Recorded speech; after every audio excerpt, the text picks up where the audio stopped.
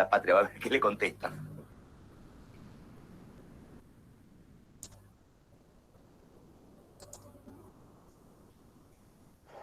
Buen día, profe.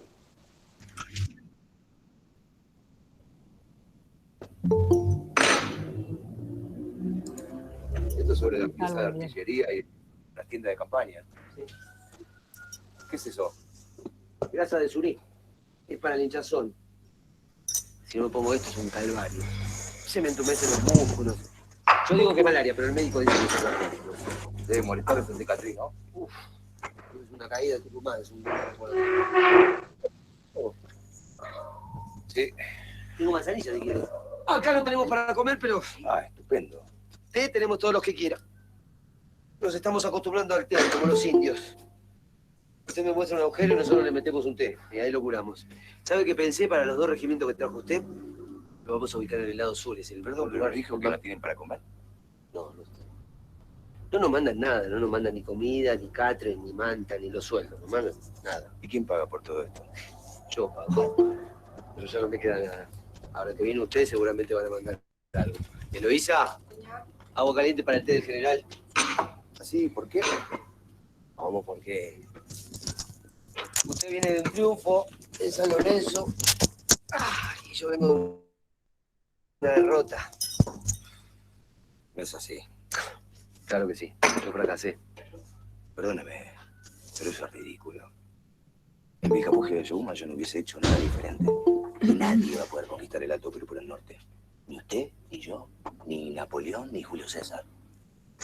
Buenos Aires no manda nada y no va a mandar porque gente como usted y yo molestamos. Yo no lo voy a molestar más ya. No, moleste, hombre, moleste. Hay que cagarlo bien a palos. ¿Cuántos somos nosotros? ¿5, 6? 5 o 6 que me entiendo. ¿Cuántos hay que verdaderamente entiendan de lo que estamos hablando? No. 4 o 5 somos.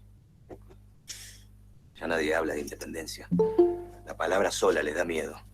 Tampoco hablan de repartición de tierras, ni de los derechos de los indios, ni de la abolición de la esclavitud. Ya nadie habla de eso. Vaya a sacarle a los ricos uno solo de los esclavos que tienen. Son todos iguales. Vaya a pedirle un anillito para la patria, va a ver qué le contesta.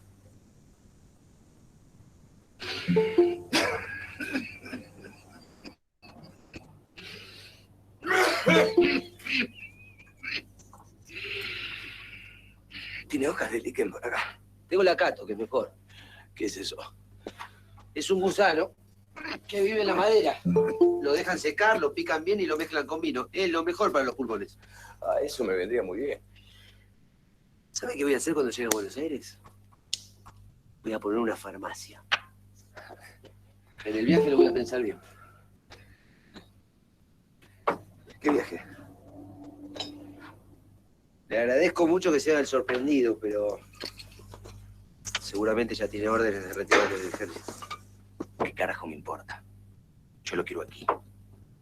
Pero ellos no me quieren aquí. ¿No entiende? Yo necesito a todos los que conozcan el terreno. Voy a necesitar espías. Y usted sabe quiénes podrían ser. Necesito saber cada paso de los españoles porque tengo que entender cómo piensan cada batalla. Necesito saber qué es lo que esperan para ver cómo los sorprendo. Para todo eso lo necesito usted. Pero sobre todo lo necesito para pensar conmigo. Facones tienen todos. Yo necesito ideas.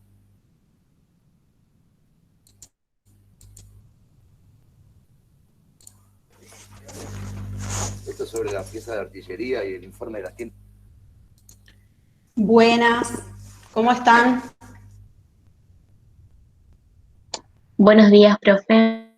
Bueno, ¿todo bien? Buen día, profe. Bueno, hoy decidimos empezar con este fragmento de la película de Belgrano. Quiero saber si se me escucha bien y si se me ve bien, porque estoy con muchos problemas con mi internet hoy. Estoy sufriendo desde hoy a la mañana de poder conectarme con ustedes como corresponde. Así que cualquier cosa me avisan. Bueno, bárbaro, gracias chicos. Decidimos empezar con este fragmento chiquitito de la película de Belgrano por una cuestión de que la clase pasada, cuando veíamos los antecedentes constitucionales y cuando planteábamos que uno de los fines principales de establecer el régimen constitucional tenía que ver con dar por fin paz a la nación. Este diálogo muestra a las claras una pelea muy que se manifestó a lo largo de toda nuestra institucionalización, que fue entre Buenos Aires y el interior, y cómo dos próceres para nosotros, como son Belgrano y San Martín, estaban abandonados, estaban sin los recursos necesarios, y son quienes en definitiva estaban peleando por nosotros. Y es un poco la historia que se plasma entre lo que es el federalismo, que es lo que vamos a ver hoy, el sistema de representación, nuestro sistema de gobierno, cómo nos llegamos a decir tan fácilmente, como dice el artículo 1 de la Constitución Nacional, la nación argentina adopta para su gobierno el sistema representativo republicano y federal. No fue un escrito de un día, no fue alguien que dijo voy a escribir algo lindo que nos venga bien a todos. Realmente llevó mucha sangre, muchas luchas y mucha dificultad en nuestra historia. Entonces era mostrarles nomás, descontracturar un poco lo que es lo teórico, lo rígido, lo que queda casi abstracto, digamos, y si bien es muy chiquito el fragmento, por ahí a algunos de ustedes les va a picar el bichito y van a querer ir a buscar y a ver y a investigar cómo fue realmente la historia de la institucionalización de nuestro país. Como todas las clases, les voy a preguntar si tienen alguna consulta sobre los temas que ya hemos dado, y o si no, vamos a dar comienzo con la nueva unidad, que es la unidad 3. ¿Alguien tiene alguna pregunta o empezamos? Les aviso que estoy grabando, me acordé solita esta vez. Si no tienen preguntas, empezamos.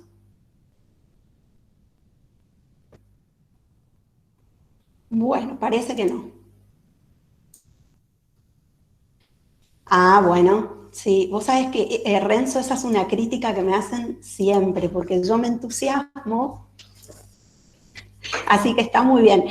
Si ves que me acelero otra vez, activa tu micrófono y decime, profe, se está yendo. Sí, me pasa. No sé si son nervios, si es difícil. Por ahí este sistema así, de no verlos y qué sé yo, me molesta un poco, pero bueno. Bueno, la unidad 3, como decíamos, habla del sistema de gobierno de la nación argentina. Ayer el titular de cátedra, dando esta misma unidad, ¿no?, me cargaba porque las filminas, básicamente la estructura de las filminas y demás las hago yo y soy muy fanática de Mafalda. Entonces decía, la profe se ve que es fanática de Mafalda porque Mafalda está en todos los dibujitos habidos y por haber. Pero es tan representativa de muchas cuestiones políticas nuestras que por eso me gusta. Y en este caso justamente habla de que venimos por la vacuna del despotismo. Y bueno, es un poco lo que veníamos hablando, ¿no es cierto? No solamente costó llegar a la Constitución de 1853, sino que aún habiendo llegado a la Constitución del 53, hemos sufrido demasiados golpes de Estado en nuestro país, demasiados gobiernos instaurados por la fuerza, y el último golpe militar, que fue el más duro, que fue el del proceso de organización nacional en 1976, que muestra que realmente nos cuesta como sociedad mantener un sistema democrático. Hasta el día de hoy, sin entrar en cuestiones políticas para no generar un ámbito que no lo podemos llevar adelante en esta virtualidad, digamos, porque por ahí presencialmente se podría plantear de otra manera. Pero la verdad que cuando cualquier político, sea de la banda que sea, sale a decir estamos ante un golpe de Estado, no es muy bueno, digamos, porque realmente la Argentina ha sufrido demasiados golpes de Estado, demasiada desaparición de personas como para decir que ante cualquier situación se está en un golpe de Estado.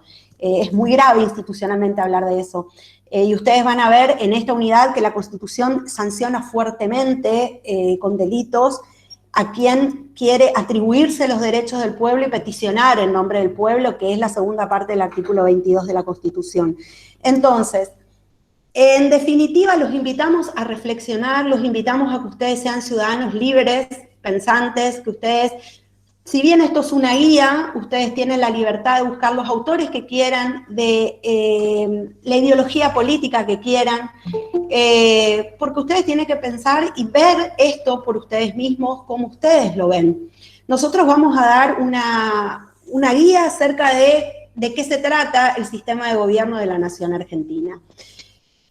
Cuando hablamos de representación tenemos que irnos hacia la unidad 1, ¿se acuerdan que veíamos la ciencia política? No sé para qué puse esto si estoy hablando yo, pero ya llega, ya empiezo con el power. Tenemos que irnos a la unidad 1 cuando se acuerdan que decíamos de la importancia que es para el hombre vivir en sociedad, pero a la vez, al vivir en sociedad, ese carácter gregario que decíamos que tiene, implica que cuando la sociedad se va agrandando, surgen líderes naturales, surgen por diferentes razones, ahí veíamos diferentes teorías, quienes mandan, quienes obedecen, y no es posible tener un sistema donde todos tomemos las decisiones. Vamos a tener que indefectiblemente elegir a alguien que nos represente y tome las decisiones por nosotros. Entonces ustedes van a ver que en el origen de la representación política tenemos básicamente un origen francés, donde la representación política tiene que ver con lo que marcaban justamente sus doctrinarios. ¿Se acuerdan que lo habíamos visto también en la unidad 1 como el contrato social marcado por Rousseau? Ellos dicen que la representación política surge de eso, de un acto social, de un pacto social, donde los hombres nos ponemos de acuerdo y decimos que vamos a elegir quienes nos representen. En cambio, hay antecedentes ingleses de lo que es también la representación política y dicen desde ese lugar que la representación es más un producto de la historia, que hasta hay una situación histórico-natural por donde van surgiendo determinados líderes que representan a la nación.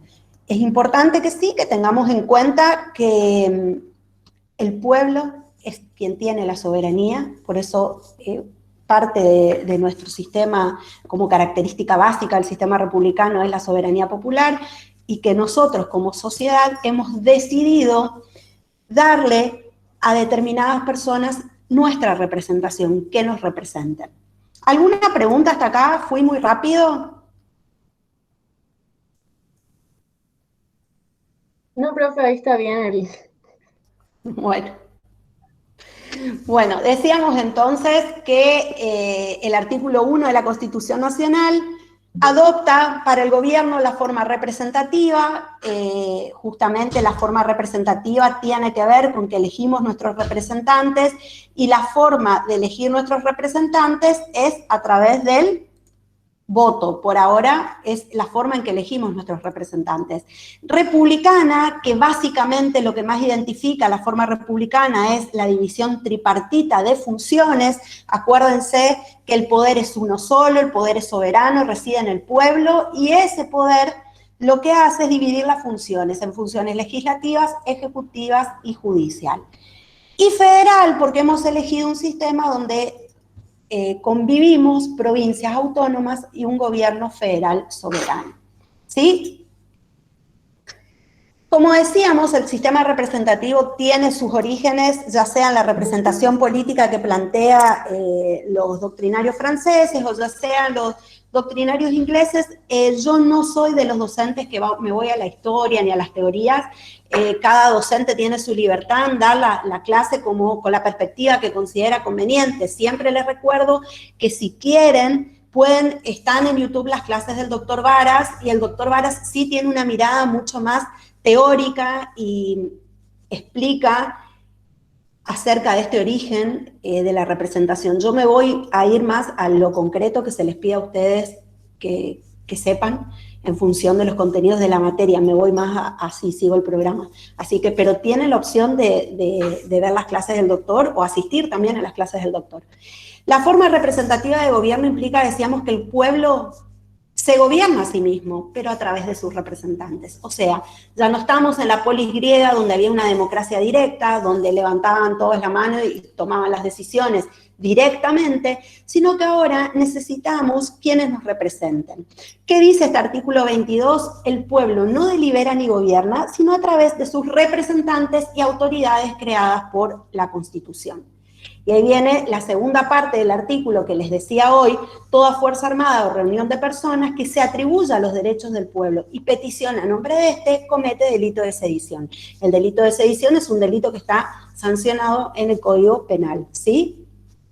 Entonces, tenemos que tener en cuenta que nosotros, como pueblo, lo que hacemos a elegir, o sea, cada vez que hay elecciones y que a uno le da fiaca ir a votar, que le da fiaca hacer la cola, levantarse, que esto, al final todos los políticos son iguales, hay gente que no piensa eso, hay gente que va muy contenta a votar. Yo, por ejemplo, me encanta ir a votar, no hacer la cola, eso no me gusta, pero ir a votar es un acto que a mí me produce mucha alegría, sobre todo teniendo en cuenta nuestra historia institucional. Y cuando estamos emitiendo ese voto, estamos diciendo quién nos va a representar y cómo nos va a representar. Cómo nos va a representar, obviamente, que tiene que ver con el tipo de ideología, el tipo de plataforma política que plantea el partido político que nosotros vamos y elegimos y votamos.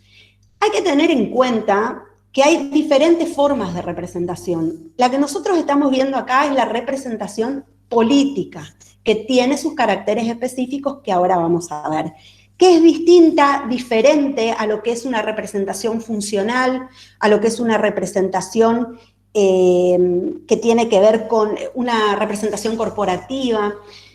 Ustedes vieron en Fundamentos de Derecho Civil y Comercial lo que es el mandato, ¿cierto?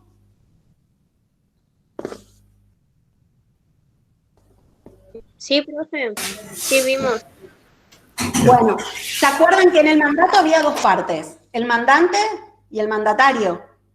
El mandante es el que da las órdenes, el que le otorga competencia al mandatario, el que le dice, es esta la esfera de competencias que tenés, es esto lo que podés hacer, y si te salís de esto, yo puedo reclamarte. Inclusive puedo iniciar una acción de daños y perjuicios si saliste o de mala praxis, depende de qué se trate, si saliste del mandato que yo te otorgué. Ese es el carácter principal de lo que se llama la representación civil. Por ejemplo, los abogados tenemos una representación en juicio. Nos dan los clientes un poder donde el mandato concretamente implica la autorización, la competencia, la facultad que vamos a tener los abogados para iniciar acciones judiciales y reclamar en nombre del mandante. Si nosotros salimos de esas atribuciones, podemos tener una responsabilidad profesional. Ese es un tipo de representación. También existe la representación gremial, la representación de cuando uno elige a las autoridades de un club. No vamos a hacer alusión a esas representaciones, que son más del derecho privado. Vamos a ir a esta representación que es de carácter público, donde en realidad, fíjense la importancia de esto, las competencias están atribuidas por la Constitución Nacional a quien nosotros elegimos. No somos nosotros los que le otorgamos competencia. Elegimos un legislador. ¿Qué era un legislador? ¿Se acuerdan? ¿Qué podía ser un legislador? A ver si se acuerdan.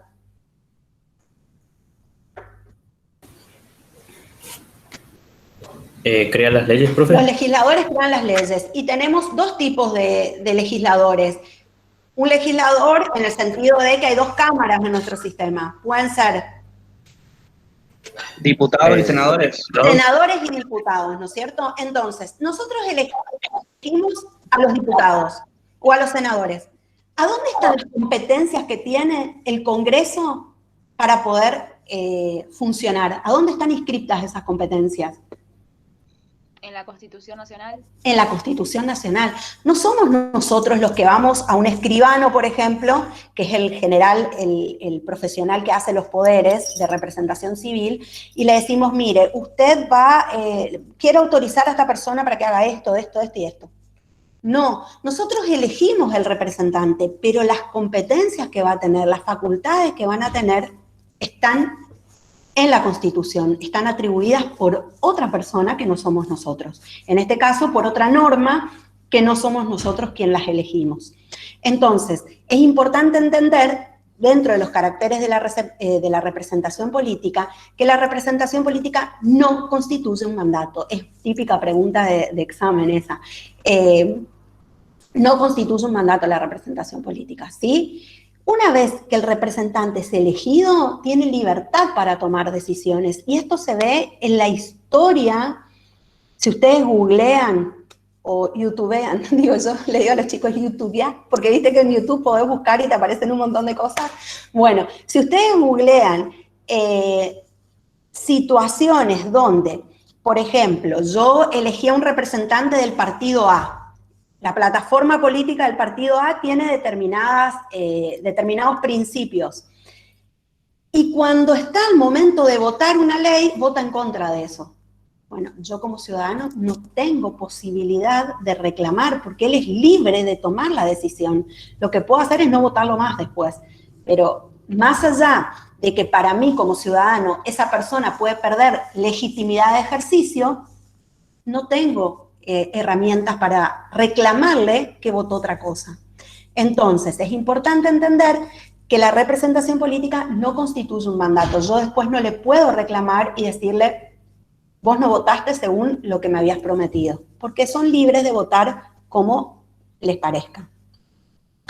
Tienen responsabilidad civil, penal, administrativa y política con el pueblo. Todos los representantes tienen que responder por sus actos, ya sea por sus actos que realizan en ejercicio de sus funciones, ya sea que cometan delitos comunes como los cometería cualquier ciudadano.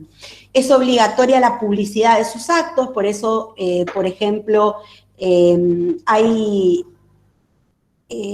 por ejemplo, el Senado, bueno, el Poder Legislativo en general cuando sesiona tiene un canal que uno puede ver las sesiones en directo, está el boletín oficial, que creo que ya en la clase pasada lo habíamos hablado, que es el medio oficial donde se publican los actos, están las páginas oficiales en internet, por ejemplo, la de la Nación es argentina.gov, ahí está toda la información que como ciudadanos requerimos.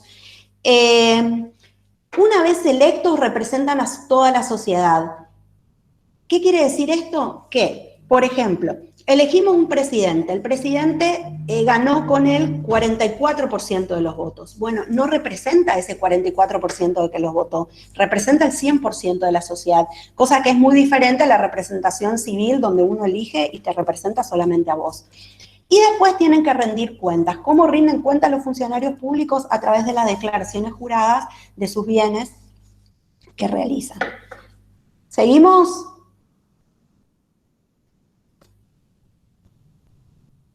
Bueno, acuérdense que si ustedes escriben en el chat, yo no me entero porque yo solamente veo el Power, no veo otras cosas. Les voy a sacar una foto después y les voy a mandar para que ustedes vean que es lo único que yo veo.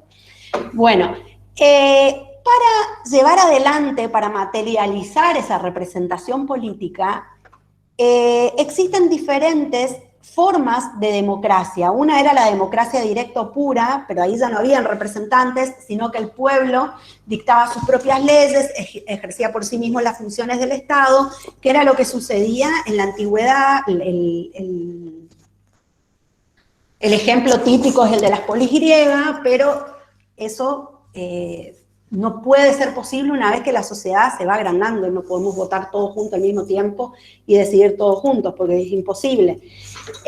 Las democracias semidirecta y la democracia indirecta o representativa, donde el pueblo elige a sus representantes. Perdón, Karin, ¿puedo hacer una pregunta que escribieron en el chat? Dale. Dice Matías Ciaboco. Si pasa que un gobierno elegido democráticamente, entiendo que dice acá, ejerce de forma inconstitucional, eso se llama ilegitimidad de ejercicio, ¿no? De vuelta, o sea, es que no, se me ¿Quieres corta saber? Decime de vuelta. Bueno, quiere saber si un gobierno electo democráticamente ejerce ese poder, digamos. Te estoy interpretando la pregunta porque yo tampoco, es como una interpretación de lo que preguntó él. Sí, Matías pregunta y activa el micrófono. ¿Podés, Eso Matías, sería ideal. activar? Así nos preguntás directamente. Si es que puede, por ahí. Bueno, dice ahora, así que Dale. supongo que Hola, no profe. va. Hola, Matías. A ver, decí. Buen día. Buen día. No, en una unidad habíamos visto que existían dos tipos de legitimidades, creo. Una era de acceso al poder y otra era del ejercicio. Sí, Y que un gobierno podría acceder de manera legítima, pero ejercer de manera ilegítima. sí, totalmente. Puede ser.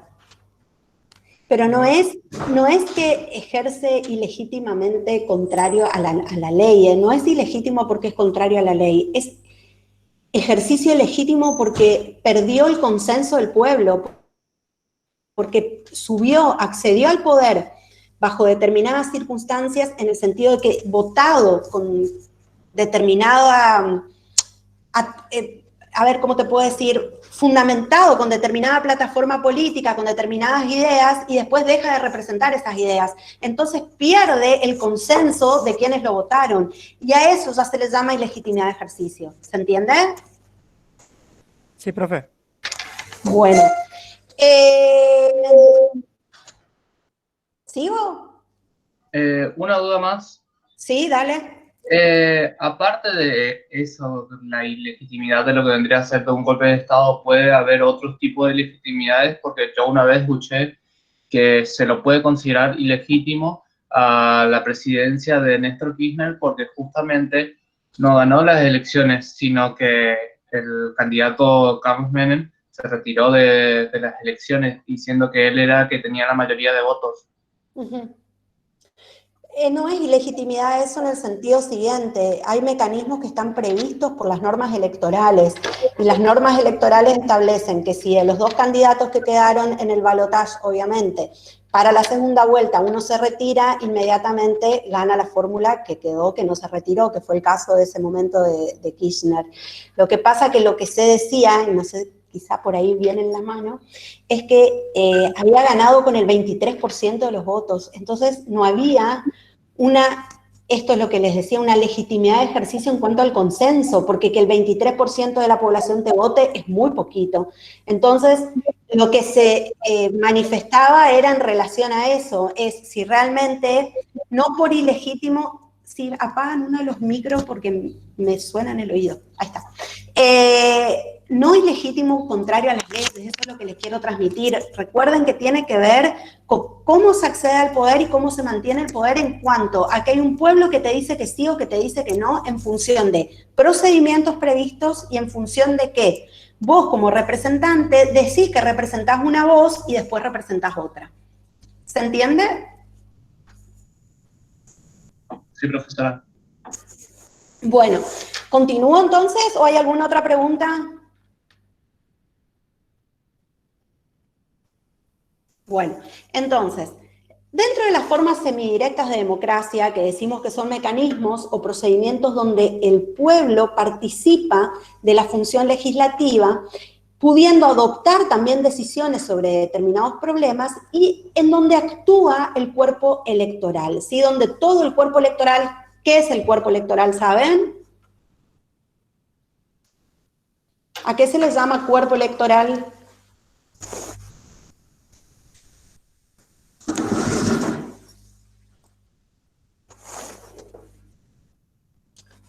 No, el pueblo es el soberano. ¿Cómo? ¿Decís? A nosotros, todos los que votamos. Ahí está. La parte buena es cuando dijiste todos los que votamos, no a nosotros, porque nosotros como pueblo somos mucho más que todos los que votamos. El cuerpo electoral es la segunda partecita que dijiste, todos los que estamos en condiciones de votar. O sea, a partir de los 16 años, que hasta los 18 es facultativo, y obligatorio hasta los 70, después se pueden excusar de votar. Entonces, para pertenecer al cuerpo electoral hay que tener determinadas condiciones. Entonces, es el cuerpo electoral el que participa de estas formas semidirectas de democracia.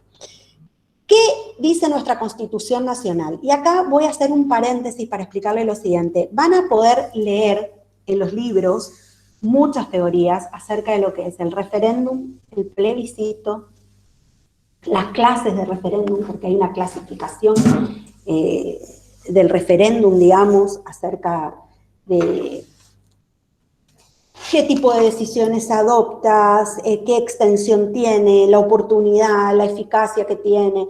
Bueno, eso lo van a poder ver en los libros tranquilamente.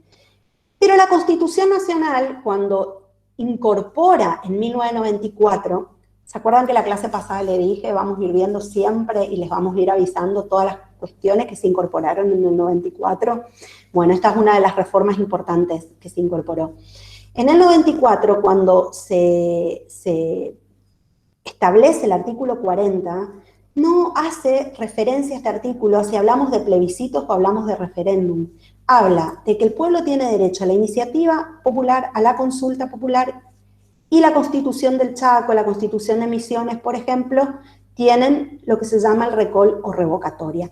Estas son las tres formas de democracia semidirectas previstas en nuestro sistema, que vamos a ver ahora. El artículo 39 de la Constitución Nacional es el que habla de la iniciativa popular. ¿De qué trata este artículo? ¿Alguien tiene ganas de leerlo? Si tienen una Constitución a mano, ¿pueden leer el artículo? Sí, profe. Bueno. Una pregunta antes. Los ciudadanos. Vale. Espera un ratito, a ver quién más hace una pregunta. Sí, puede decir la diferencia entre la directa y la indirecta. ¿De la democracia directa y la indirecta? ¿Eso me preguntabas? Sí.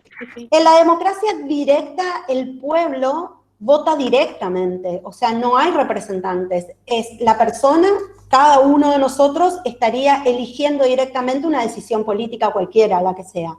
Esa es directa. Después tenés la indirecta, que en realidad nosotros tenemos una democracia indirecta en el sentido de que elegimos representantes, nosotros no actuamos por nosotros mismos. Y la semidirecta es una incorporación de ciertos atributos que se le da al pueblo, por eso se dice ya que no es indirecta, sino que es semidirecta, una forma de que el pueblo pueda participar de actos, sobre todo que tengan que ver con la toma de decisiones, que se van a manifestar en leyes, ¿sí? También se puede llegar a manifestar en una decisión que pueda llegar a tomar el Poder Ejecutivo. Eso es lo semidirecto y que solamente tenemos tres mecanismos nosotros, la iniciativa popular y la consulta popular ante leyes y post-leyes, que ahora la vamos a ver. No tenemos otros mecanismos de semidirecta. Por eso, nuestro sistema básicamente es indirecto de elegir representantes. ¿Se entendió? Sí, profe. Bueno, si no me entienden, por más que yo me explique, me tienen que decir, no, profe, explique de vuelta, ¿sí? Y busco otra manera de explicarlo. Bueno, no sé quién iba a leer el artículo 39. Profe, ¿y la revocatoria también es una forma de participación o no? Sí, ahora lo voy a explicar, lo que pasa que no está en la Constitución Nacional, por eso la dejé afuera. Ahora llegamos. ¿Solo la del Chaco? Misiones también tienen. No, y te juro que no de todas las provincias podrían hacer una investigación para la próxima clase, ¿les parece? Me cuentan qué constituciones tienen el recolo revocatorio. Sí te puedo asegurar la de Chaco y sí te puedo asegurar la de Misiones. El resto no te puedo dar garantía. Así que si alguien tiene ganas de hacer esa investigación, a ver en qué constituciones provinciales o bien en la carta de la Ciudad Autónoma de Buenos Aires existe el recol, estaría buenísimo. Sería una muy buena tarea de investigación. Profe, ¿qué sería eso? ¿Qué sería Ya la lo revocación? vemos, ya lo vemos. Es que usted... ¿y hasta cuándo, ¿cómo es? hasta cuándo es obligatorio el voto? ¿Hasta cuándo es obligatorio votar? ¿Eso? Sí, eso también, perdón. Hasta los 70 años. Gracias. El Milagros era la que iba a leer el 39.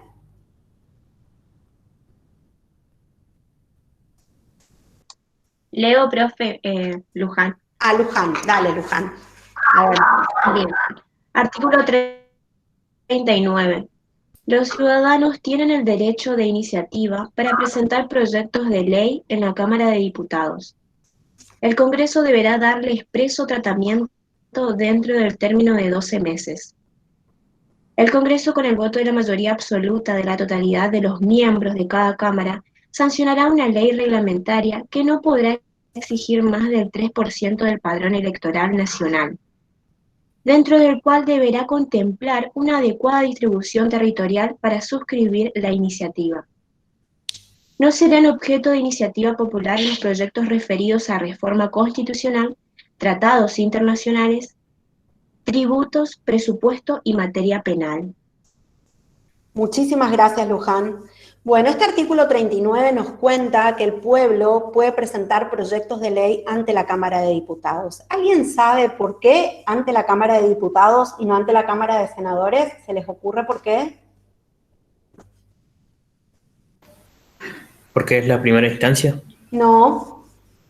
Cualquiera de las cámaras puede dar origen a los proyectos de ley, excepto algunos. Bueno, les cuento, la Cámara de Diputados representa al pueblo de la nación. En cambio, la Cámara de Senadores representa los intereses de las provincias. Entonces, como esta es una iniciativa popular, esa iniciativa tiene que ser presentada presentado el proyecto en la Cámara de Diputados, porque es la Cámara que representa al pueblo. El artículo 39, además de plantearnos que el proyecto se debe presentar ante la Cámara, establece que el Congreso va a dictar una ley que reglamente este derecho a la iniciativa popular. ¿Se acuerdan que vimos en la unidad, creo que era la 1 o la 2, ya no me acuerdo, normas operativas y programáticas? Este es un claro caso de lo que es una norma programática, donde no anda solo el artículo 39, no es que se pone en funcionamiento solo, sino que necesita de esta ley reglamentaria, que es la 24.747, que establece cómo se va a llevar a cabo el procedimiento para iniciar un proyecto de ley. Esa es otra parte importante. Y la tercera parte importante es algo que, chicos, si ustedes se lo pueden grabar hoy, les va a servir de ahora en adelante. ¿Sobre qué materias no pueden presentar proyectos de ley el pueblo? ¿Por qué? Porque estas son materias que le competen exclusivamente al Congreso de la Nación, al Poder Legislativo. El presidente tampoco puede, sobre estas materias, dictar, por ejemplo, decretos de necesidad de urgencia, ¿sí? Entonces, ¿qué materias no son objeto de iniciativa popular? Reforma constitucional, tratados internacionales, tributos, presupuesto y materia penal. El caso de presupuesto es porque el proyecto de ley del presupuesto le corresponde en exclusividad al Poder Ejecutivo. Ya lo vamos a ver al finalizar esta unidad. ¿Sí? Entonces, este artículo 39 establece el derecho del pueblo a presentar proyectos de ley, pero a la vez determina que esto tiene que ser reglamentado. ¿Cuál es el problema de esta ley reglamentaria? Que es tan complicado llegar a los requisitos que la ley exige como para poder presentar un proyecto de ley, que en definitiva hay pocos casos de que se le haya dado tratamiento a proyectos de ley, en definitiva nunca,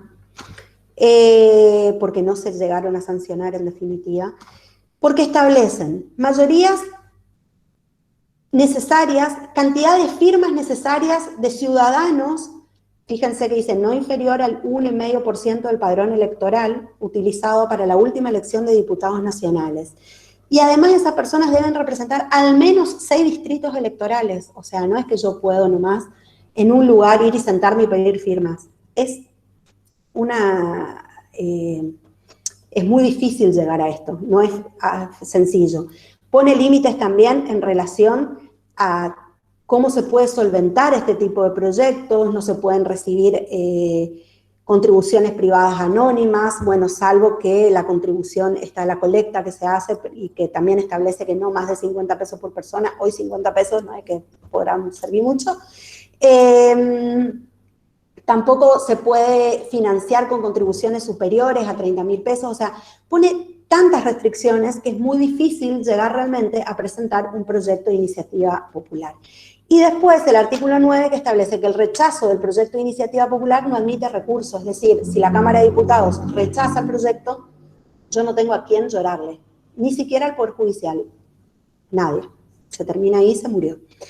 Hay dos proyectos que intentaron, o sea, que se presentaron los proyectos de iniciativa, pero no fueron dictados, no fueron después esos proyectos transformados en ley.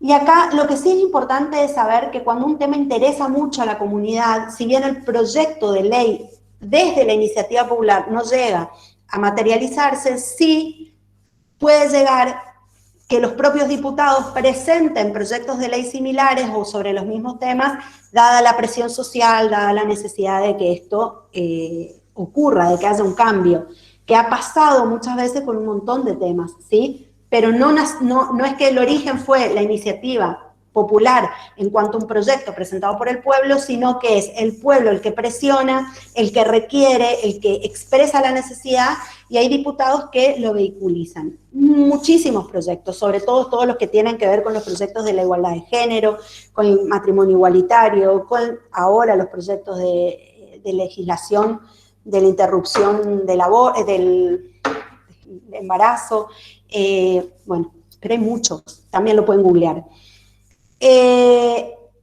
¿Alguna pregunta sobre la iniciativa popular? Esos eran dos que más o menos llegaron a ser proyectos, pero después no se sancionaron, ¿sí? Uno, el hambre más urgente, que era un proyecto de ley que presentaron varias asociaciones sin fines de lucro y también un partido político, ayudó a que esto pueda llegar a presentarse, digamos, que era un proyecto destinado a cubrir requisitos nutricionales de niños hasta los 14 años, embarazadas, discapacitados, ancianos, desde los 70 años en situación de pobreza. Por eso se llama el hambre más urgente. Y el otro, jubilaciones de privilegio, que perseguía la derogación de jubilaciones de privilegio, que alcanzaban a un sinfín de funcionarios, presidente, viceministro, ministro de la Corte, legisladores, etc. ¿Sí? ¿Alguna pregunta sobre la iniciativa popular? Ok, seguimos entonces. Acá lo que le decía, que vamos a quedarnos con lo que dice la Constitución Nacional, que es el artículo 40. El artículo 40 tiene dos partes. Una parte que tiene que ver con lo que se llama antelegem, antes de que la ley salga, antes de que la ley surja, por eso es antelegem, y establece que el Congreso, a iniciativa de la Cámara de Diputados, y solamente a iniciativa de la Cámara de Diputados, podrá someter a consulta popular un proyecto de ley. O sea, acá tenemos que tener en cuenta que es solamente la Cámara de Diputados puede hacer este llamado, ¿sí? Podrá someter a consulta popular un proyecto de ley. La ley de convocatoria no podrá ser vetada, porque acuérdense que el presidente, esto lo vamos a ver en la unidad 7, cuando veamos el proceso de formación de leyes, pero una vez que se sanciona la ley por el Congreso, pasa al Poder Ejecutivo, y el Ejecutivo, como parte de lo que es el control que ejerce sobre el Legislativo, puede vetar la ley. Esta ley de convocatoria no puede ser vetada. El voto afirmativo del proyecto por el pueblo, que obviamente se hace una elección teniendo en cuenta el padrón electoral, el voto afirmativo del proyecto por el pueblo lo convertirá en ley y su promulgación será automática.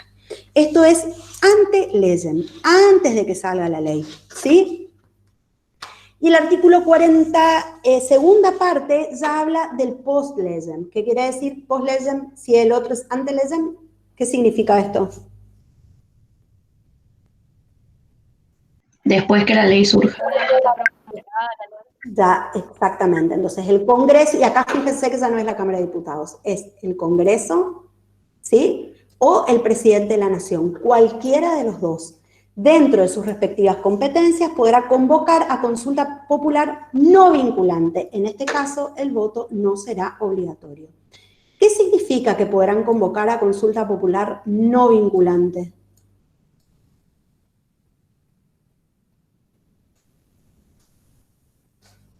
Que no es obligatorio que las personas vayan a votar. Podría ser, pero no. Sí, está bien, pero no.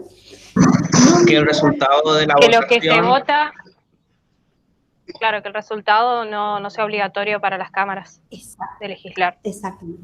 El resultado de la votación no obliga ni al Congreso ni al presidente. ¿Está? Eso significa no vinculante. Por eso, y ahí sí tiene que ver con lo que dijo la compañera antes, que en este caso el voto no es obligatorio. O sea, no es como en otras elecciones donde nosotros nos vemos obligados obligados a ir a votar. Una característica de nuestro sufragio es que es obligatorio y si no vamos tenemos sanciones. En este caso no es obligatorio. ¿Cuándo tuvimos nosotros algo parecido a lo que es una consulta popular? Que en ese momento se lo denominó plebiscito, ¿sí? Recuerden que este artículo 40... ¿Malvinas puede ser? No, ojalá. El estrecho de Magallanes. El canal de Beagle. El Beagle. ¿Cómo Ahí está, el se canal de dice? Beagle. Para entrar en un conflicto bélico con Chile. Así es, así es. ¿Entramos o no en guerra con Chile o firmamos un tratado de paz con Chile?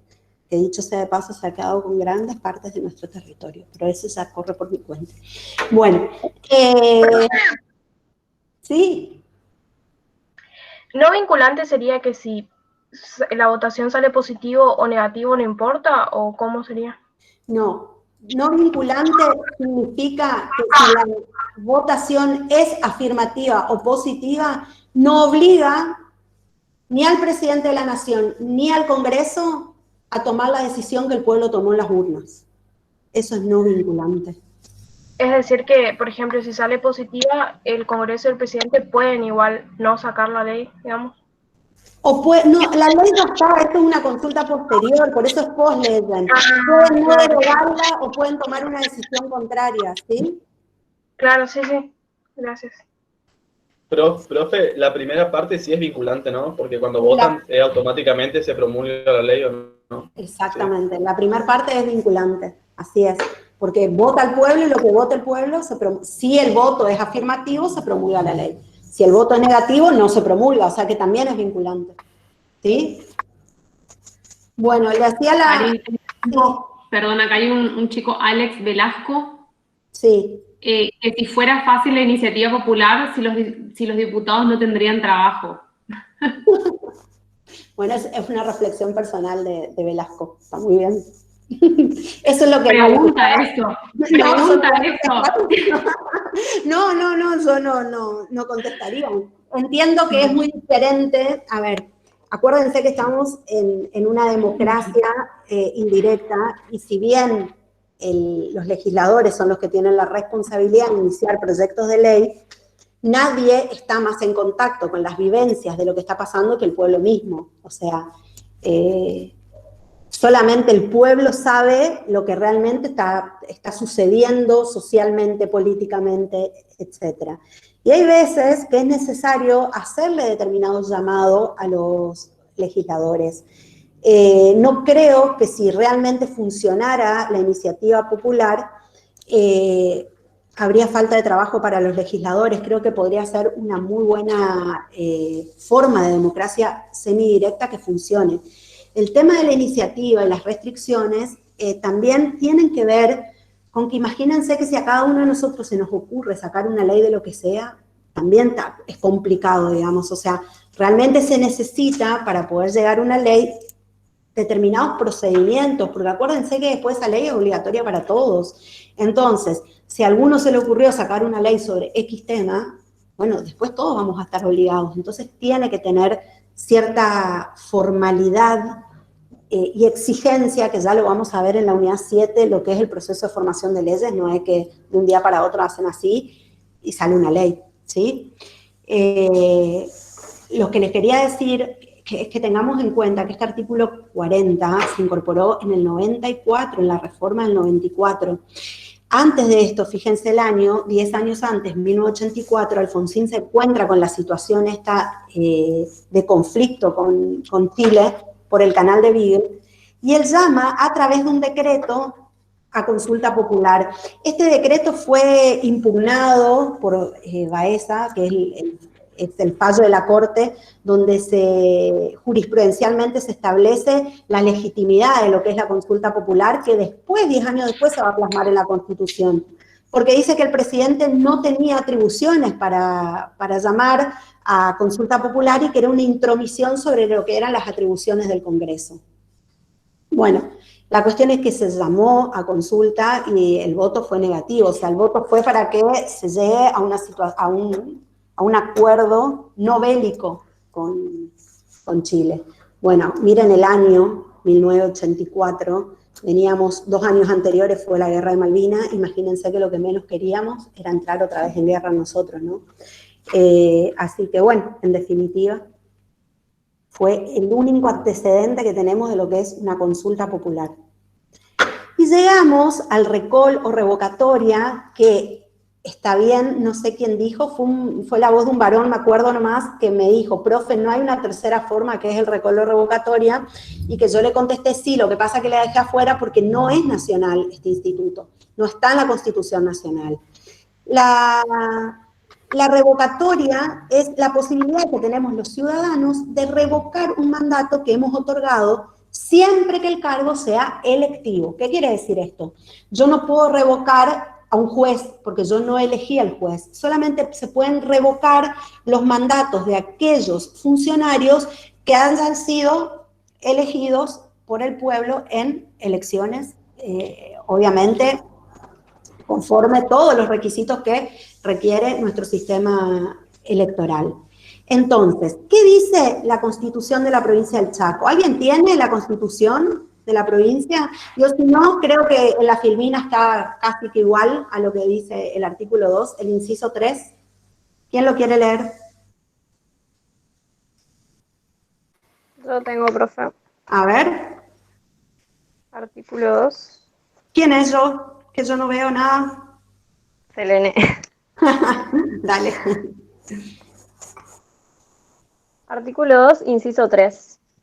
La revocatoria de los mandatos de los funcionarios electivos por las causales previstas para el juicio político a petición de no menos del 3% de los ciudadanos de los padrones electorales respectivos y aprobada por la mayoría absoluta de los electores inscriptos, destituye al funcionario. Entonces, ¿qué quiere decir esto? A ver, si ustedes lo interpretan solito, ¿qué se puede hacer? ¿Qué les parece? Primero hace falta una petición para revocar a la persona con el 3% de la población de los ciudadanos del lugar. Y después se llama a votación con todos los ciudadanos y necesita mayoría absoluta de los electores para revocar a la persona. Exactamente, exactamente. Entonces, ¿qué se hace? Se le revoca el mandato. Es muy difícil llegar a ese número de electores y que fíjense que el único caso que tenemos en el Chaco es en 1997 al intendente de la Leonesa y llegó al 49,5% de los votos. Como tiene que ser mayoría, no se lo destituyó, porque hubieron muchos votos impugnados y muchos votos en blanco. Muchos votos nulos y muchos votos en blanco, y no lo destituyeron, a pesar del 49. Pero, ¿qué les parece que pierde este intendente después de llegar a un recall o revocatoria? ¿Qué les parece que pierde? Ahí no están en una situación de ilegitimidad de ejercicio, porque si se da cuenta que su mismo pueblo no lo avala o no lo sigue sosteniendo como representante, hay un conflicto. Totalmente. No sé quién está hablando, pero perfecto, es así, claro. O sea, perdió la legitimidad, perdió el consenso. ¿Con qué, yo diría así, hablando mal y pronto, por más que estemos grabados, con qué cara seguís a cargo de todo cuando hay la mitad de la población que te salió positiva y lo otro fue nulo y fue en blanco? Ojo que no es lo mismo que en contra. Los votos en contra fueron muy poquitos, ¿sí? Así que este instituto está en el artículo 2, inciso 3 de la provincia del Chaco, y también está la Constitución de la provincia de Misiones, en el artículo 2, también de la provincia de Misiones. Corrientes no lo tiene el instituto del recall o revocatorio. Profe. ¿Sí? Yo cuando usted dijo que busquemos, yo busqué y dice que Corrientes tiene, supuestamente, en lo que yo encontré. Corrientes, Chaco, Chubut, Córdoba, La Rioja, Río Negro, Santiago del Estero y Tierra del Fuego. ¡Qué genio! Y después dice que otras provincias lo regulan a nivel municipal. Entre Ríos, sí, Neuquén, sí, Misiones, sí. San Juan. A nivel municipal sí es verdad eso. A nivel municipal hay muchos municipios que por más que la Constitución de la provincia no lo tenga, los municipios lo tienen. Mirá que buscaron los chicos de la tarde en Corrientes y no encontraron. Yo no sé si estará mal, pero dice Corrientes. No, puede ser. Habría que buscar el artículo de Corrientes. ¿Alguien tiene la Constitución de Corrientes? ¿Algún correntino presente? Artículos 37 y 38 son los de la consulta y todo eso. No puede ser que en los 100 que somos, 200 que somos, no haya ningún correntino. No quieren contarnos nomás. Sí hay, profe, pero no tenemos la Profe, yo Constitución. lo tengo. Ah, no tiene, bueno, pero... Estoy buscando, profe. A ver. Yo también lo tengo. Lo que desune el puente, une la virtualidad.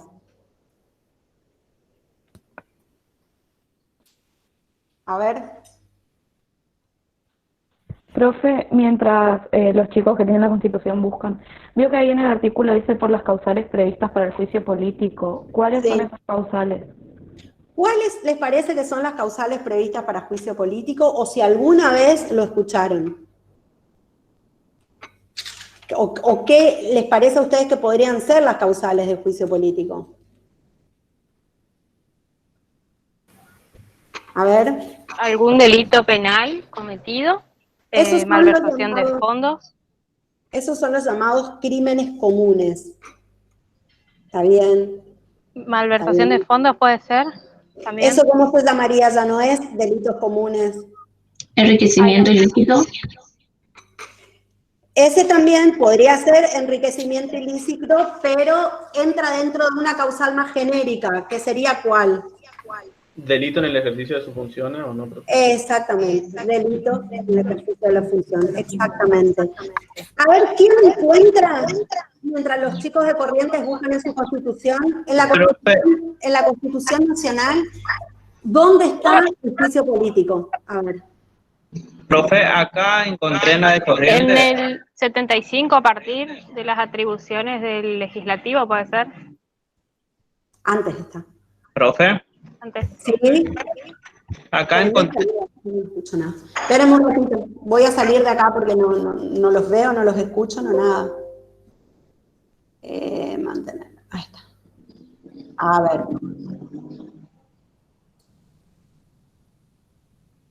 Ahora los veo. Profe. Sí. Acá encontré en la Constitución de Corrientes, en el artículo 226, sí. Dice de la participación ciudadana. En uno de la parte de ese artículo dice que el electorado tiene derecho a requerir la revocatoria del mandato de los funcionarios electos por causa atinentes al desempeño de sus funciones, impulsando una iniciativa con la firma del 20% de los integrantes del padrón electoral municipal. El pedido de revocatoria no es admisible para quienes no hayan cumplido un año de mandato, ni para aquellos a los que les restaren menos de 6 meses de la expiración del mismo. Muy bueno. La verdad que tenía los artículos 37 y 38. ¿Qué número es ese, me dijiste? ¿El 200? 226. Seba, ¿vos sos de Goya? Sí. Ah, dale, buenísimo, buenísimo. Está entonces Chaco, Misiones, Corrientes, Chubut. ¿Quién más dijeron? Tierra del Fuego creo que era. Neuquén también leí que tiene Santiago del Estero. Santiago, bueno, varias provincias entonces. Profe, ¿sí? Lo del artículo 61 puede ser lo del juicio político. A ver, ¿qué dice?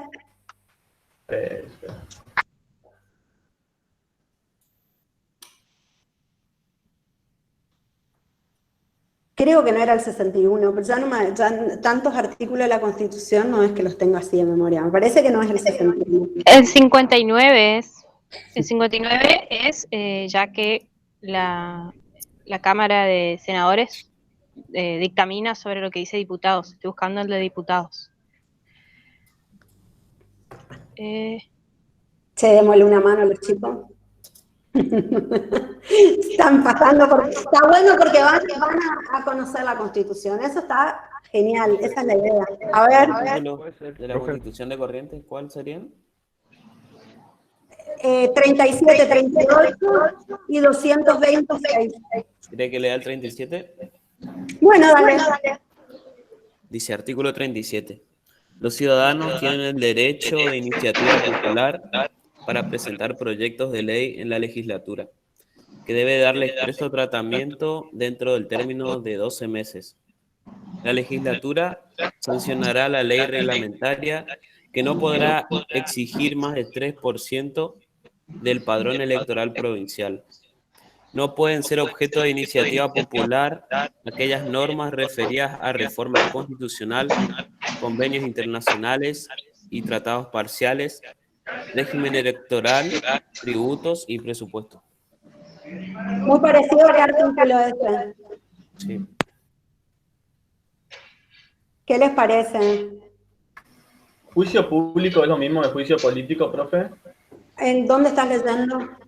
En el artículo 59. ¿De la Constitución Nacional? Sí. Ah, sí, no es lo mismo.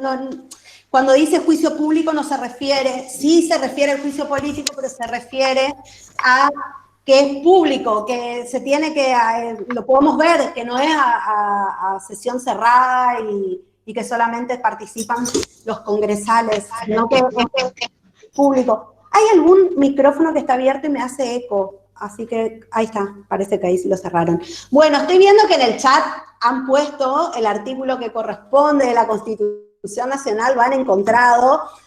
A ver, ¿quién quiere leerlo?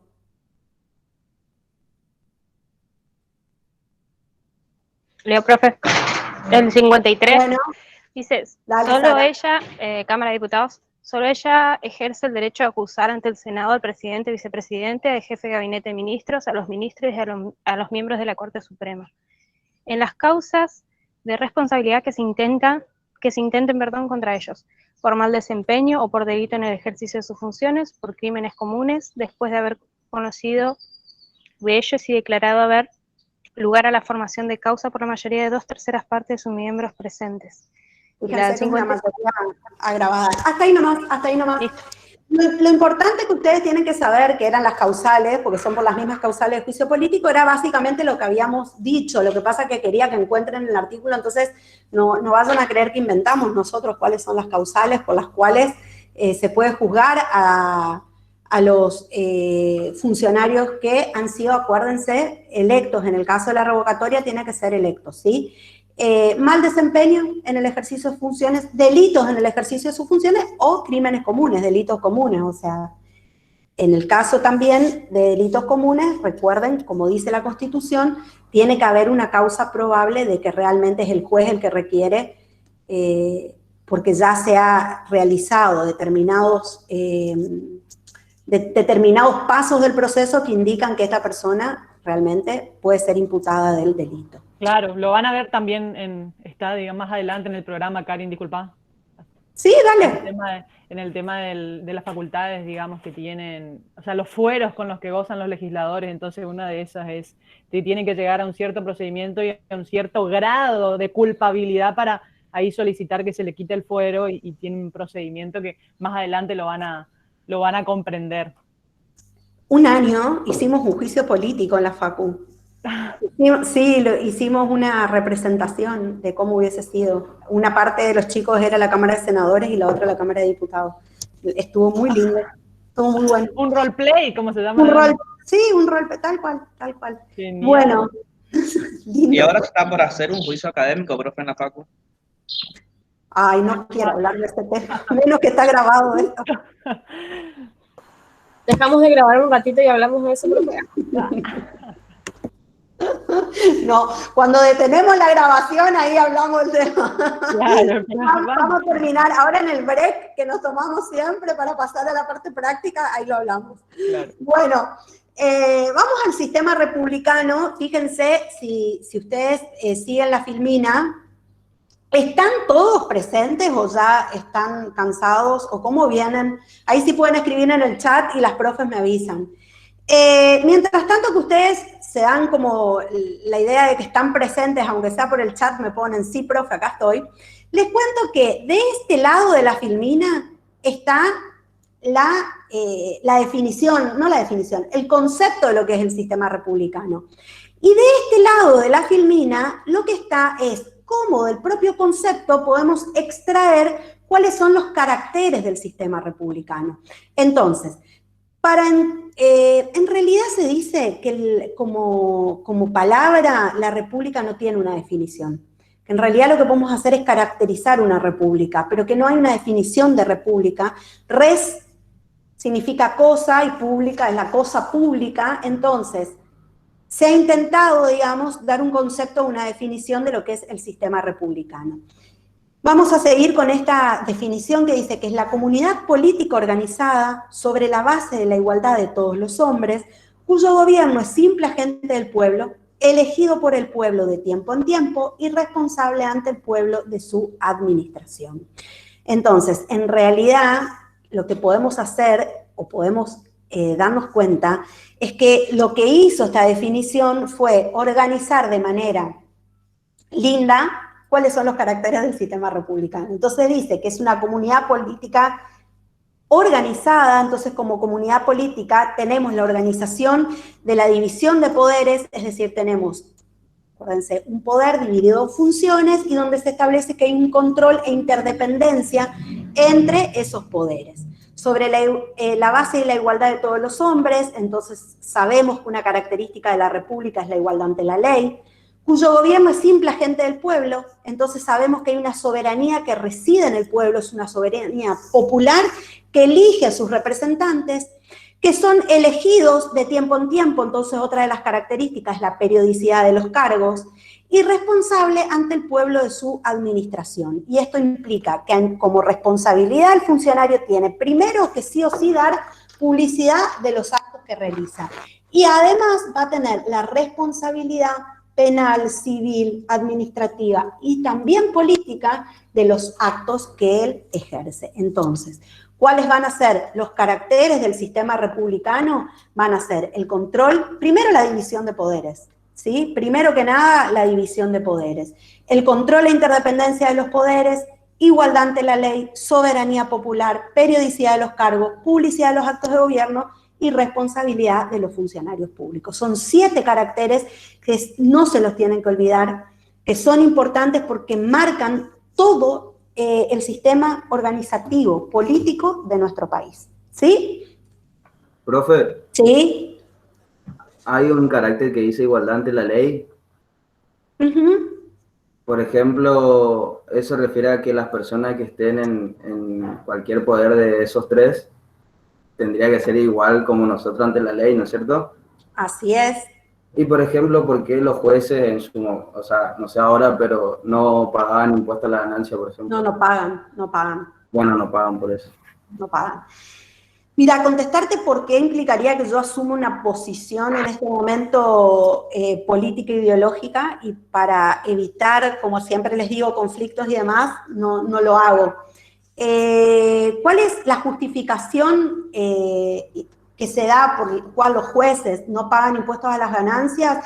Tienen que ver, según lo que expresan quienes establecieron esa exención, con la independencia del Poder Judicial.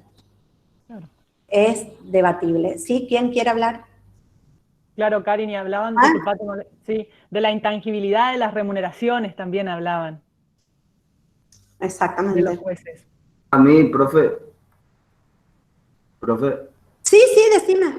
Me habían explicado una vez que supuestamente es como que le pagan más en esa función para que sean más imparciales, no sé si es la palabra, o que no estén dirigidos a un partido, por ejemplo, o a otro, y que puedan tomar su decisión objetivamente, por ejemplo.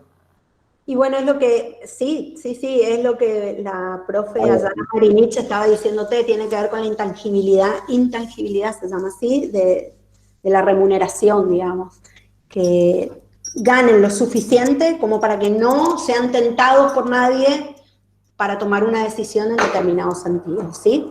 Ahora, el principio de igualdad... ¿Le puedo hacer una pregunta?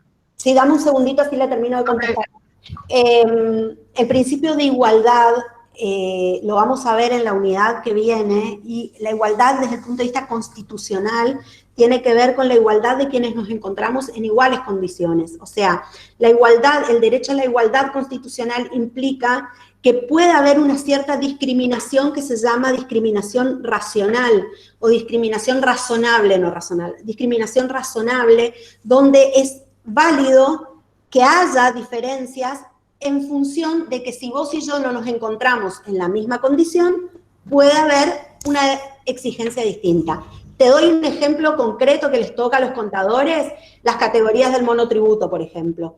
Monotributo tiene categorías para pagar, tenés A, B, C, D, E, F, ¿sí? Depende, la categoría es un monto fijo el que se paga, pero Claro. todos los que entramos en la categoría A pagamos el mismo monto, todos los que entramos en la categoría B pagamos, y así, ¿sí? Esa es una discriminación razonable, ¿sí? Pero lo vamos a ver en profundidad en la unidad que sigue, ¿sí? Gracias, profe. No, de nada, ¿sí?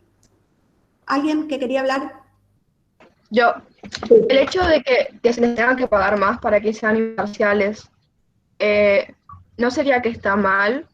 Que tiene que ser como un deber de la profesión el ser imparciales, como ético, por así decirlo, no porque le pagan más.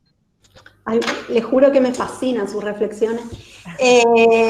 Sí, porque está, primero que me alegra, porque quiere decir que les interesa, y segundo, porque hacen sus elaboraciones propias.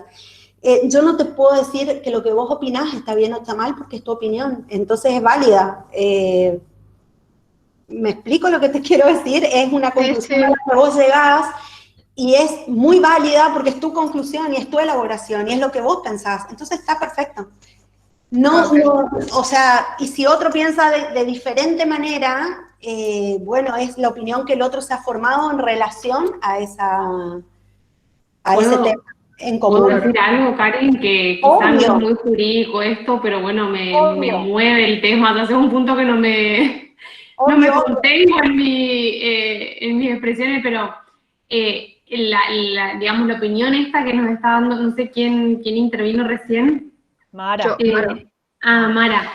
La opinión esta que nos estaba dando es correcta en el sentido de que el fundamento de la decisión que toma cualquier juez, no está movido por la cuantía de lo que gane, ¿sí? O sea, eso es cierto. Lo que debe regir a la función jurisdiccional tiene que ser siempre los valores y los principios.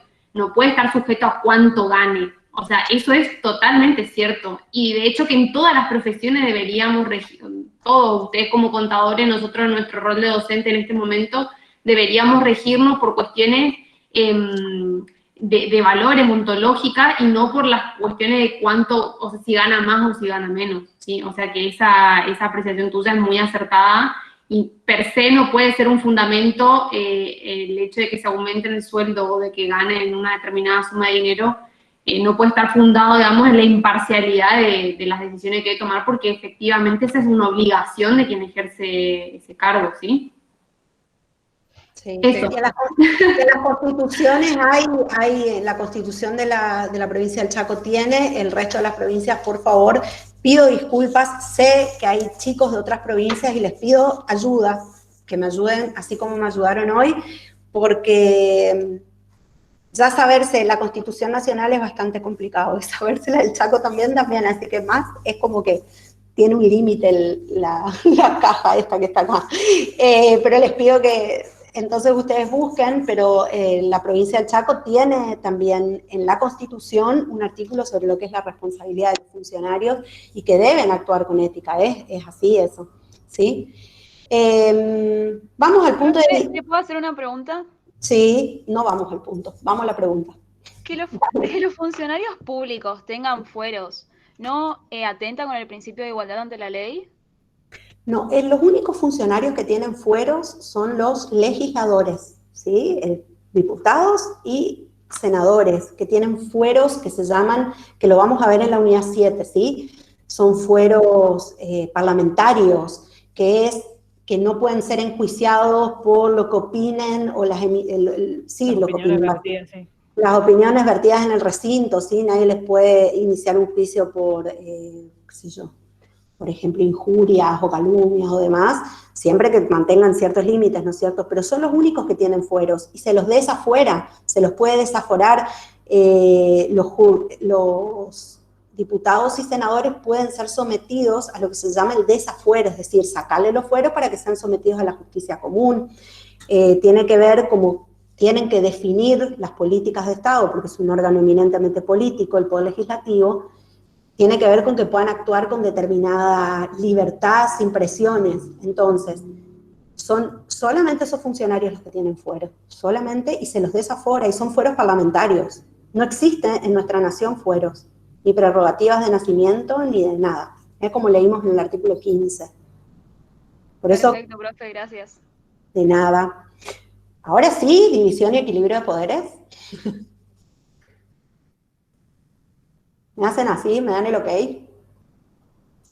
Bueno, la división y el equilibrio de los poderes ya lo venimos hablando, ya lo venimos viendo de cierta manera, porque lo venimos viendo desde la unidad 1 en realidad, que siempre les repetimos incansablemente que no hay división de poder, lo que hay es división de funciones, ¿sí? Entonces, la idea es que hay 3 órganos principales que tienen funciones que en realidad tienen los 3 funciones principales y no quiere decir que no cumplan las otras funciones. Por ejemplo, el Poder Ejecutivo tiene como función principal, ¿qué cosa? Llevar adelante las leyes. Bueno, sí sería ejecutar las leyes, pero... La administración del país.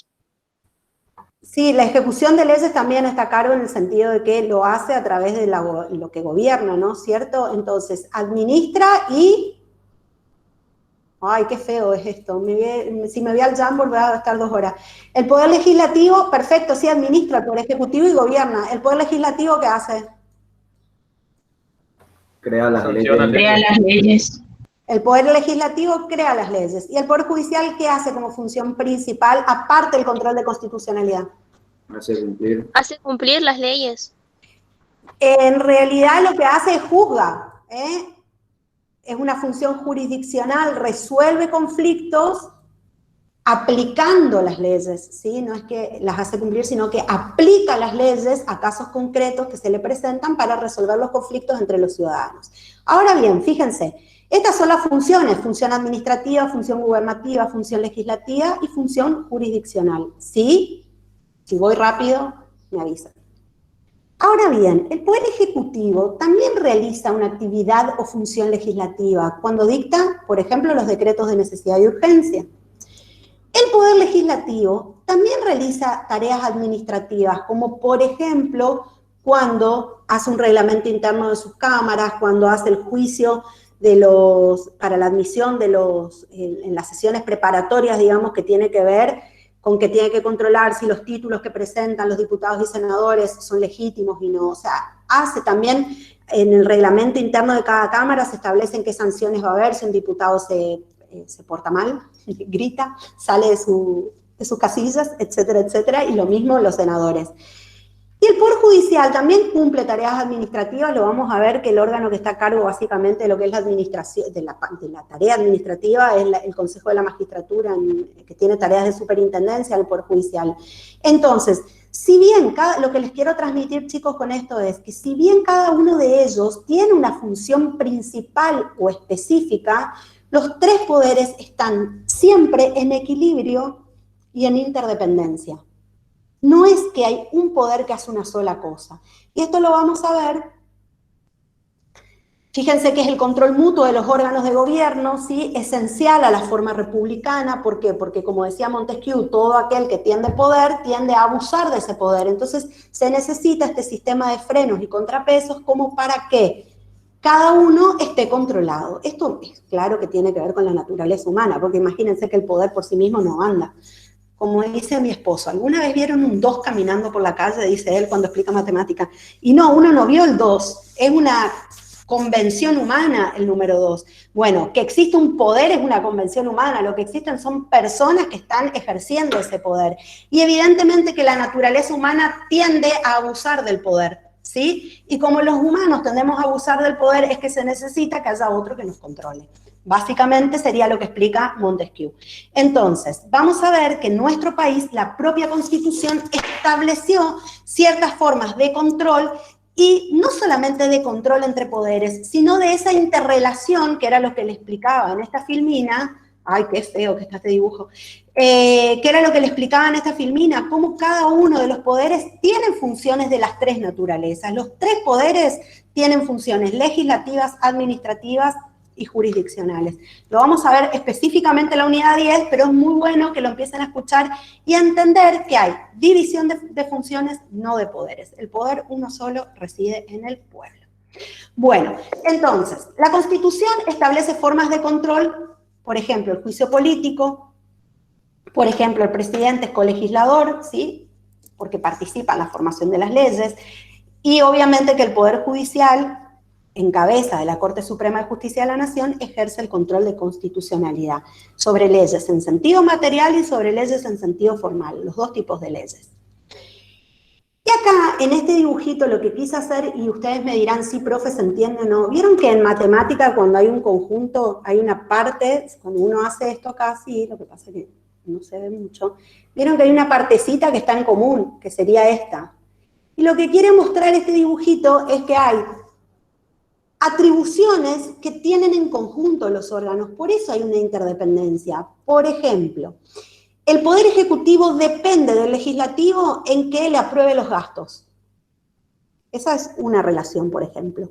La otra, el Poder Legislativo depende del Ejecutivo para que termine promulgando y publicando una ley, porque tiene derecho de veto el Poder Ejecutivo.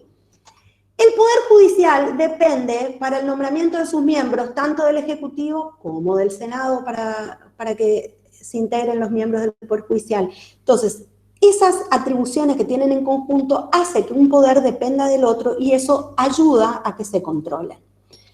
El Poder Legislativo, decíamos, influye y ejerce control sobre los otros dos poderes por medio de la autorización para efectuar gastos futuros, el juicio político a ambos poderes, que fue lo que habíamos visto, acá estaba, si tenían la filmina encontraban rápido el artículo, y la aprobación de los gastos ya efectuados, ¿sí? Después, el Poder Ejecutivo influye en la actividad del Legislativo a través de la iniciativa legislativa, porque el presidente puede enviar proyectos de ley, llama a sesiones extraordinarias de las cámaras y también tiene el poder de veto. E influye en la actividad del Poder Judicial porque designa a los miembros de la Corte Suprema y de los tribunales inferiores, esto ya lo vamos a ver en la unidad 8, no me voy a detener porque no vamos a ir mucho, sino, y además tiene la atribución del indulto y conmutación de pena. Y además, a los dos poderes, por eso está acá en el medio, suministra el auxilio de las fuerzas públicas, ¿sí? Perdón, disculpe. Le quería preguntar, eso que dijo de lo de cuando pone el veto, ¿qué es eso? El veto lo vamos a ver detenidamente en la unidad 8, pero básicamente cuando un proyecto de ley se inicia en cualquiera de las dos cámaras, se puede iniciar. Se inicia en lo que se llama la Cámara de Origen, que puede ser Cámara de Diputados o Senadores, depende del proyecto. Pasa a la otra Cámara, si la otra Cámara aprueba el proyecto, se dice que se sanciona la ley, pero todavía no es obligatoria. Esa ley sancionada tiene que ir al Ejecutivo, y el Poder Ejecutivo tiene el poder de vetar. ¿Qué quiere decir? Puede vetar en todo o en parte un proyecto de ley. Vetar es, no estoy de acuerdo con esto y lo saca. Y ahí ese proyecto vuelve a las cámaras, ¿sí? Vuelve a la cámara que inició. ¿Sí? Disculpame, Karin, los chicos están diciendo si podés volver a explicar el tema de lo que influye el Poder Ejecutivo, porque están un poquito más despacio, pidieron que... Bueno, posta que el federalismo lo damos la próxima clase, ¿les parece? ¿Que termino acá? O, no, porque tienen el trabajo práctico. El práctico. Por eso yo me estoy apurando. Bueno, no, las que corremos somos nosotros, después, Karin, no te... Bueno, voy despacio. El Poder Ejecutivo influye en la actividad del Poder Legislativo, del Congreso, a través de la iniciativa legislativa, porque el presidente puede enviar proyectos de ley, ¿sí? Esa es una parte. El presidente es el único que tiene la atribución de llamar a sesiones extraordinarias. Lo que pasa es que esta unidad está tan relacionada con el resto que entiendo, tienen razón que tengo que ir más despacio. Las sesiones ordinarias, hay 4 tipos de sesiones: de inicio, ordinarias, de prórroga y extraordinarias. Así sesiona el Congreso. Las sesiones ordinarias son las que van del 1 de marzo al 30 de noviembre. Así era, del 1 de marzo al 30 de noviembre. Sí, correcto. Porque está muy relacionado, Karin, en realidad, ¿viste? Por eso se hace largo capaz, porque está muy relacionado. No, está bien, no importa. Que los chicos sepan que más adelante vos lo vas a explicar en la bolilla particular, que no se preocupen si por ahí les queda alguito. No, pero está bien, no importa, vamos más lento. Y si el práctico no se termina, la próxima iniciamos con seguimos con el práctico y listo. Genial, genial. No, nos ayornamos, nos adaptamos. Bueno, entonces, les decía que hay 4 tipos de sesiones. De inicio, que son preparatorias, son anteriores a que inicien las sesiones ordinarias, que es la parte donde el poder legislativo ejerce funciones administrativas, donde se fija si los miembros que son elegidos fueron elegidos legítimamente, sobre todo ven si los títulos, por ejemplo, yo me presenté y digo que soy abogada, tienen que ver si realmente soy abogada o no lo soy, si cumplo los requisitos, más de 25, ese no cumplo, ponele. Si cumplo los requisitos o no cumplo para poder ser elegido, y son cuestiones previas a que se inicien las sesiones ordinarias. Las sesiones ordinarias son del 1 de marzo al 30 de noviembre. Esas sesiones del 1 de marzo al 30 de noviembre pueden ser prorrogadas porque supongamos que están debatiendo una ley, no la pudieron terminar y bueno, se hizo 1 de diciembre, la tienen que terminar, entonces se prorrogan. Y las puede prorrogar el propio Congreso. Pero sesiones extraordinarias son aquellas que solamente puede convocar el Poder Ejecutivo por cuestiones justamente que son totalmente fuera de lo que es la situación normal, la situación ordinaria, y que las cámaras están en receso, o sea, están desde el 1 de diciembre al 28 o 29 de febrero, depende del año. En esa época, entonces, el presidente puede llamar a sesiones extraordinarias. ¿Ustedes me escuchan bien? Sí, profe. Sí, profe, se le escucha. Ya, perfecto. Sí, profe. Bárbaro. Bueno, y después está el veto. El veto es la posibilidad que tiene el presidente de la Nación de manifestar su desacuerdo con la ley que el Congreso sanciona y dice, yo no estoy de acuerdo con nada o no estoy de acuerdo con una parte. ¿Por qué? Porque el Congreso empieza en una cámara el proyecto de ley, aprueba esa cámara, pasa a la otra cámara que se llama cámara revisora para que revise el proyecto y manifieste si está de acuerdo o no. Supongamos que está de acuerdo. Si está de acuerdo, se dice que el Poder Legislativo sanciona con fuerza de ley ese proyecto y lo envía al Ejecutivo, porque ¿qué medidas puede tomar el Ejecutivo? Puede promulgar y publicar ese proyecto de ley sin ningún problema, ya es ley, se cumple porque la promulgó le da la fuerza de ley para que sea obligatoria para todos los ciudadanos, la firma como presidente de la Nación, y la publica en el boletín oficial, porque a partir de, esto lo vieron ustedes en Fundamentos de Derecho Civil y Comercial, ¿no es cierto? A partir de cuándo es obligatoria una ley, entonces decían, desde el día en que la ley lo determine, o después del 8º día de su publicación en el boletín oficial, o sea que al 9º día. Eso seguro que lo vieron en Fundamentos. Entonces, esa es una posibilidad, pero la otra es que llegue esa ley sancionada y el Poder Ejecutivo no estoy de acuerdo, y veta el proyecto de ley, lo veta. Un veto del proyecto de ley que es muy conocido, lo habrán visto cuando vieron en Fundamentos la parte de derechos del consumidor y usuario, porque cuando salió la ley de defensa del consumidor, hay un artículo que sale sobre responsabilidad solidaria de todos los que intervienen en la cadena de producción, y el presidente de ese momento, que era Carlos Menem, veta ese artículo. La ley que después reforma la ley originaria, vuelve a incorporar, digamos, la responsabilidad solidaria de todos los proveedores que intervienen en la cadena de producción. ¿Se entendió lo del legislativo?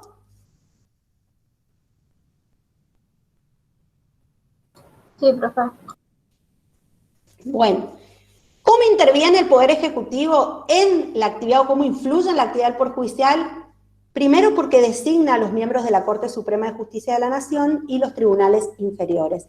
Vamos a ver en la unidad 8 cómo es el procedimiento de designación de los ministros de la Corte y de los jueces de tribunales inferiores porque no es el mismo procedimiento, ¿sí? Y además tiene la facultad de indultar es el perdón total de una pena o conmutar la pena, ¿sí? De alguien que haya sido condenado por el Poder Judicial. Tiene sus limitaciones que también vamos a ver en la unidad 8, porque justo la unidad 8 es Poder Ejecutivo y Poder Judicial, ¿sí? ¿Y cómo ayuda o influyen los dos? Porque es el único que puede suministrar el auxilio de la fuerza pública cuando así lo requiere. Supongamos que un juez determina que se tiene que, qué sé yo, que una persona tiene que sí o sí entregar un auto porque no lo está pagando. Y la persona se niega. No puede ir el juez en persona a sacarle el auto a esa persona que está negada, ni tampoco el que auxilia al juez se llama oficial de justicia, ir y hacer un acto de fuerza, sino que el juez va a ordenar que la policía sea la que vaya y le quite ese auto a esa persona. Ese policía pertenece a lo que es el Poder Ejecutivo, es la fuerza pública que el Ejecutivo da como ayuda al Poder Judicial. ¿Se entendió el ejemplo? Es medio básico, pero es como bien gráfico. Sí, profe, re bien. Bueno, y el Poder Judicial, esto lo vimos, controla a los otros dos poderes mediante su función jurídica más importante, político-jurídica más importante, que es control judicial de constitucionalidad y convencionalidad. Sobre esto no me expido porque ya la clase pasada hemos debatido y las chicas pusieron el foro para que ustedes puedan debatir sobre el control de constitucionalidad. Vamos al sistema federal, que es el último punto. Sobre este tema es importante tener en cuenta que para llegar a esto, que era un poco lo que les quise mostrar con el fragmentito de la película al inicio, realmente que fue terrible, porque si ustedes se acuerdan de la escuela, la lucha entre unitarios y federales, y donde Buenos Aires siempre quiso el poder concentrado, siempre quiso la aduana para ellos, o sea, era el poder de decisión concentrado y el poder económico no concentrado. La cuestión es que ustedes lo habrán estudiado a Rosas, lo habrán estudiado a Urquiza, y se acuerdan que decíamos que en 1853 Buenos Aires se separa de la Confederación. De hecho hubo un tiempito en que la capital de la República estuvo en Entre Ríos, no en Buenos Aires. Pero en definitiva llegamos a poder congeniar de que en nuestro sistema coexisten dos esferas de poder. Por eso hay dos esferas.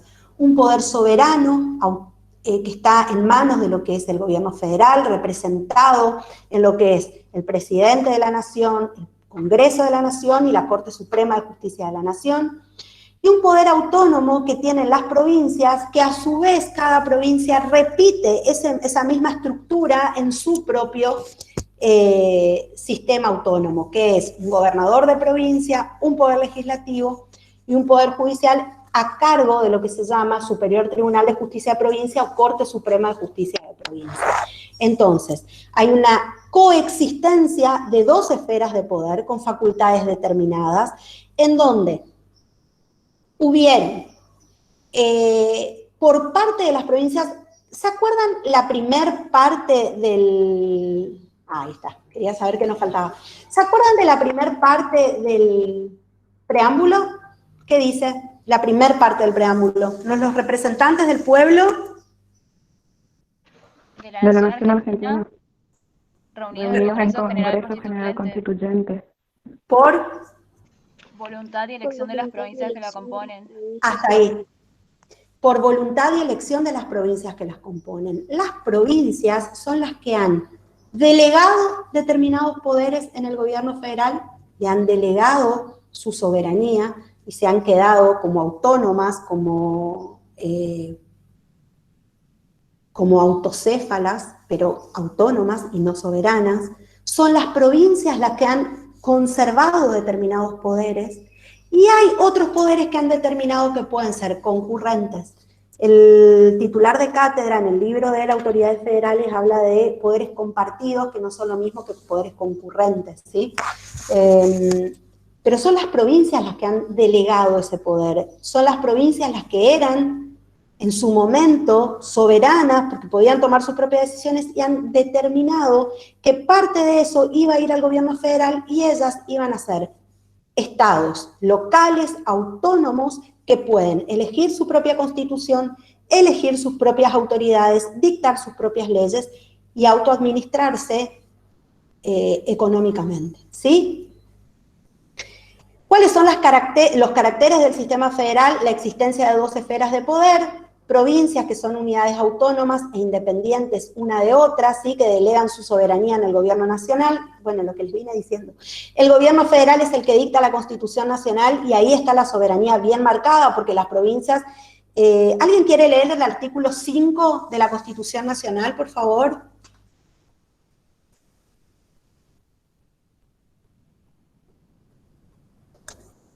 Si quiere, profe, leo. Bueno, dale. Artículo 5.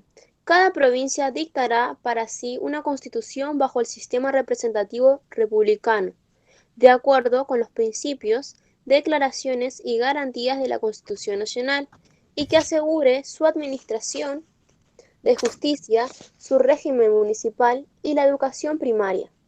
Bajo de estas condiciones, el gobierno federal garante a cada provincia el goce y ejercicio de sus instituciones. Bueno, este artículo es la base de nuestro sistema federal porque establece que todas las provincias deben, como leyó, ¿quién leyó? Milagros Geral. Sí, profe, yo era... Sí, porque hay vocecitas que ya conozco. Cada provincia dicta su constitución, pero bajo el sistema representativo y republicano, que está establecido en el artículo 1 de la Nacional, y de acuerdo con los principios, declaraciones y garantías de la Constitución Nacional. O sea, pueden hacer sus elecciones propias. Por ejemplo, como decíamos hoy, hay provincias que tienen el recolo revocatoria, pero no podemos salirnos de lo que establece la Constitución Nacional. ¿Por qué? Por lo que decíamos en la clase anterior, la Constitución es la ley fundamental y suprema del Estado. Entonces, ¿qué pueden hacer los gobiernos provinciales? Pueden dictar su propia Constitución, pero acorde a lo que establece el artículo 5, organizar sus 3 poderes, dice la Constitución en el 5, forma republicana, sí o sí tiene que haber una división tripartita de poderes, pueden recaudar sus impuestos, realizar sus propias inversiones y deben promover la educación y la salud pública de sus habitantes, ¿sí? Entonces, ¿cuáles son? Bueno, esto lo vimos ya en la unidad 2. ¿Cuáles son los sistemas? ¿De dónde vienen los antecedentes del federalismo? Los cabildos, que eran instituciones heredadas de los españoles, pero que tenían que ver con la importancia que tenían las comunas. Básicamente, y es lo que muestra el fragmentito, eran las provincias las que lucharon por la nación, eran las provincias las que se desangraron, las que hicieron lo imposible para combatir, digamos, a lo que eran el ejército español en ese momento, y son las que mantienen todo el tiempo la voluntad de unirse como nación. Y después eso se ve materializado, que fue lo que vimos en la clase anterior, Pacto del Pilar, del Cuadrilátero, el Pacto Federal de 1831, finalmente el Acuerdo de San Nicolás de 1852. Bueno, chicos, hasta aquí llego yo, porque la clase que viene, vamos a empezar con... Ahí vamos a ir bastante despacito, no solamente por un tema de... No solamente vamos a ir despacio por un tema de que es muy importante porque tiene todo que ver con la profesión que ustedes eligieron, sino que además es un tema realmente apasionante, el de los